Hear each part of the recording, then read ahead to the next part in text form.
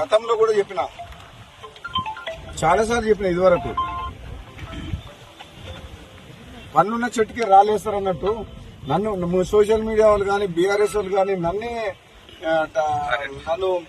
ముందర పెట్టి అన్ని కథనాలు, తప్పుడు వార్తలు, రూమర్స్ క్రియేట్ చేస్తారు. నిజంగా నేను ఏదన్నా పొలిటికల్ గా నిర్ణయం తీసుకుంటే నేనే ప్రెస్ మీట్ పెట్టి మాట్లాడతా.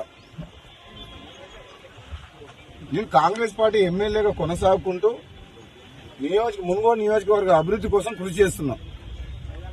మంత్రివర్గ విస్తరణ అనేది అధిష్టానం తీసుకునే నిర్ణయం కాబట్టి అధిష్టానం ఏ నిర్ణయం తీసుకున్నా కట్టుబడి ఉంటాం. అప్పటి వరకు కాంగ్రెస్ పార్టీ ఎమ్మెల్యేగా ఒక క్రమశిక్షణ గల కార్యకర్తగా నియోజకవర్గ అభివృద్ధి పార్టీ కోసం పనిచేస్తారు తప్పితే రాహుల్ గాంధీ గారి నాయకత్వంలో ఎటువంటి రూమర్స్ కూడా సోషల్ మీడియాలో నాకు కొందరు గిట్టని వ్యక్తులు కాంగ్రెస్ పార్టీ లోపల కావచ్చు, ఇతర పార్టీ వాళ్ళు కావచ్చు, కంటిన్యూస్ గా సోషల్ మీడియాలో నా మీద దుష్ప్రచారం జరుగుతుంది. దయచేసి మళ్లీ చెప్తున్న తెలంగాణ ప్రజలందరికీ కూడా ఇటువంటి వార్తల్ని నమ్మొద్దు. భవిష్యత్తులో ఏదన్నా రాజకీయ పరంగా ఏదైనా నిర్ణయం తీసుకుంటే నేనే ప్రెస్ మీట్ పెట్టి మాట్లాడతా. అప్పటి వరకు దయచేసి ఎటువంటి రూమర్స్ ని, దుష్ప్రచారాన్ని నమ్మొద్దని చెప్పేసి కూడా నేను విజ్ఞప్తి చేస్తున్నాను. Thank you.